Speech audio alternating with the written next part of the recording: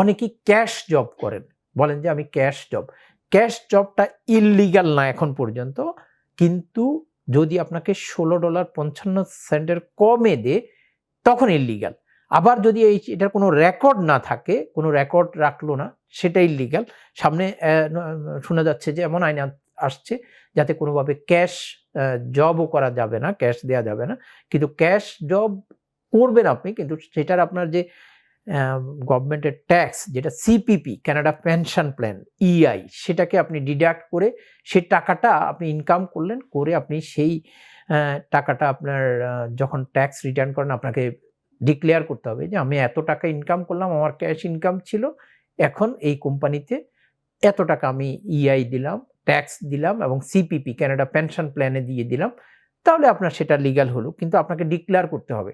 যেমন অনেকে দেখেন সোশ্যাল অ্যাসিস্ট্যান্সে আছেন, গভর্নমেন্ট থেকে হয়তো একটা সোশ্যাল অ্যাসিস্ট্যান্স পাচ্ছেন, যদি একটা সিঙ্গেল পার্সন হন $733 পান, কিন্তু উনি ক্যাশ জব করছেন, হাইড করছেন যে উনি কোনো ইনকাম করছেন না, এটা টোটালি ইললিগাল। এটা টোটালি ইললিগাল, আপনি সেটা না করাটাই ভালো।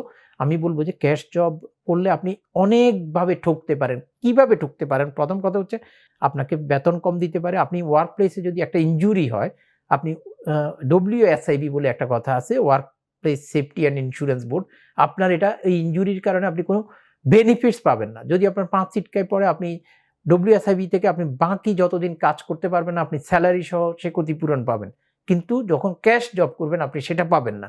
আপনি যদি কোনো কারণে আপনার একটা বড় ইনজুরি হয় আপনার, বা আপনি ধরেন আপনাকে যে কোনো সময় হয়তো চাকরি করলো, তাড়াই দিল, আপনি ইআইতে যেতে পারলেন না, এমপ্লয়মেন্ট ইন্স্যুরেন্সে যেতে পারলেন না।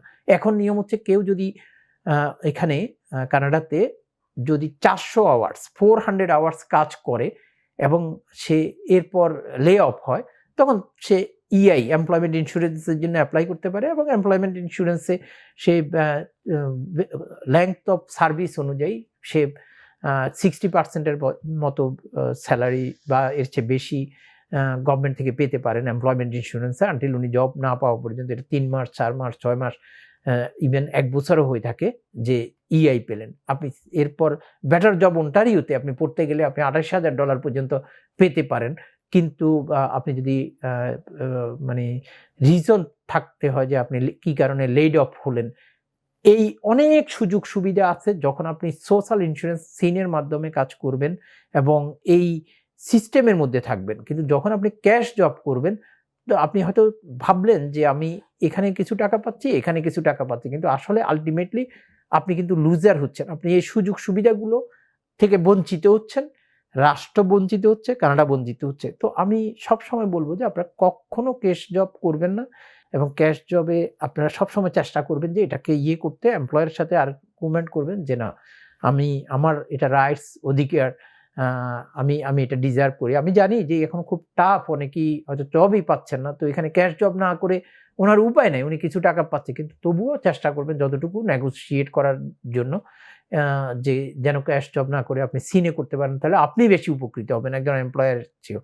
এটা একটা বিষয়। আরেকটা হচ্ছে ধরেন অনেকেই ইদানিং দেখা যাচ্ছে, এটা কখনোই কানাডাতে ছিল না, বড় বড় কোম্পানি যেমন ফ্যাক্টরি, সিকিউরিটি কোম্পানি, এবং অনেকেই আমার ক্লায়েন্টরা বলে যে আমি 50% কাজ করি ক্যাশে, 50% সোশ্যাল ইন্স্যুরেন্স নাম্বার সিনের মাধ্যমে, এমপ্লয়ারও রাজি। এটা কখনোই আমি আগে জানতাম না, কিন্তু এখন শুনে আমি অবাক হলাম যে এভাবে ক্যাশে কাজ করে 1 নম্বর আপনি মানে এই দেশটা চলে হচ্ছে জনগণের ট্যাক্সের টাকায়। কিন্তু আপনি যদি এইভাবে কাজ করেন, ধরেন জনগণের ট্যাক্স তো এইভাবেই আপনি ট্যাক্স দিচ্ছেন, এভাবেই চলছে। কিন্তু সেটাতে আপনি ঠকছে, রাষ্ট্র ঠকছে, আপনি মানে আমরা সবাই কোনো না কোনোভাবে ঠকছি। এটা একটা বিষয়।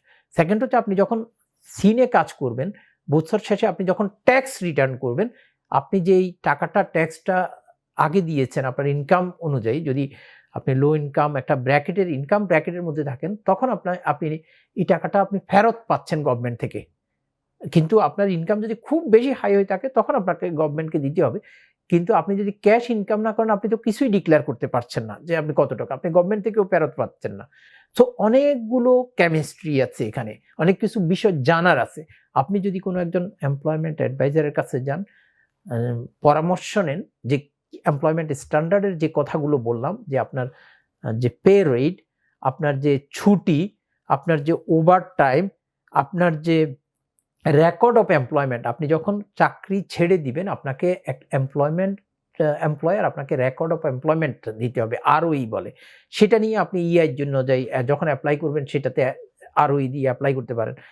এমপ্লয়ারের জন্য এটা বাধ্যতামূলক যখন সে সার্ভিস কানাডাতে একটা আরওই পাঠানো এবং আপনাকে একটা কপি দেয়া, তো সেটা দিয়ে আপনি করতে পারেন। এই রেকর্ড অফ এমপ্লয়মেন্ট থাকলো, আপনি যখন পেনশনে যাবেন আপনার ওই যে সিপিপি জমা হলো সেই টাকাটা আপনি তখন পেলেন। সো যখন ক্যাশে কাজ করবেন আপনি এগুলো সব কিছু থেকে আপনি বাহিরে আছেন, আপনি আপনার রাইটস থেকে টোটালি বাইরে আছেন। আপনি পরিশ্রম করছেন, আপনাকে ঘন্টার পর ঘন্টা কাজ করাচ্ছে, আপনার ছুটি হচ্ছে না, আপনি অনেক কিছু থেকে বঞ্চিত হচ্ছেন। হয়তো দেখা যাচ্ছে যে আপনি $10, $20, $15 কাজ করছেন। ইভেন আমি অনেক এমপ্লয়ের কাছে এরকমও শুনছি যে তারা $6, $7, $8 করে আমাদের কে দিচ্ছে। এমন হচ্ছে যে কেউ ভলান্টিয়ার করাচ্ছে, বলছে যে তোমাকে পরে দিব কাজ, 2 মাস করো, 1 মাস করো, পরে টাকাই দিচ্ছে না। এটা টোটালি ইল্লিগাল।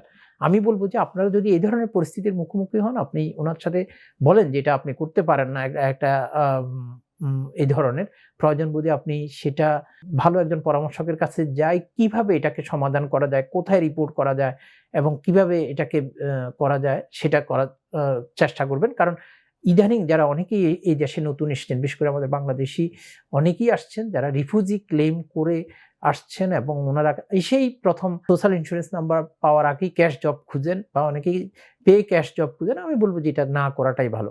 কারণ এটা আপনার মানে নৈতিকভাবে এটা ঠিক না। আমাদের এই দেশটা কানাডা একটা খুবই চমৎকার সুন্দর দেশ। এইখানে সিস্টেমগুলোকে আমরা যদি নষ্ট করে ফেলি তাহলে কোনোভাবেই এটা আপনার আমার কারো জন্যই সুখকর না। তো আমরা চেষ্টা করব যে এমপ্লয়মেন্ট স্ট্যান্ডার্ড অ্যাক্টগুলো মেনে চলতে এবং আমরা এই ইনফরমেশনগুলো আমরা নিজেরা জানবো এবং অন্যদেরকেও জানাবো, আমাদের পরিচিত জনদেরকে। আপনারা নন্দন টিভিতে এই ধরনের অনুষ্ঠানগুলো যদি নিয়মিত দেখেন, আপনারা দেখবেন যে এরকম কেরিয়ার পরামর্শ, জব রিলেটেড বিভিন্ন ইস্যু, এই জিনিসগুলো আপনারা জানবেন এবং দেখবেন। আপনারা আশা করি আমাদের সাথে থাকবেন। আপনাদের সবাইকে ধন্যবাদ জানিয়ে, আমাদের আজকের এই অনুষ্ঠান দেখার জন্য আপনাদেরকে ধন্যবাদ জানিয়ে আজকে এখানেই শেষ করছি। সবাই ভালো থাকুন। নন্দন টিভির প্রত্যেকটা দর্শককে আমি অভিনন্দন জানিয়ে আজকে এখানেই শেষ করছি। ধন্যবাদ।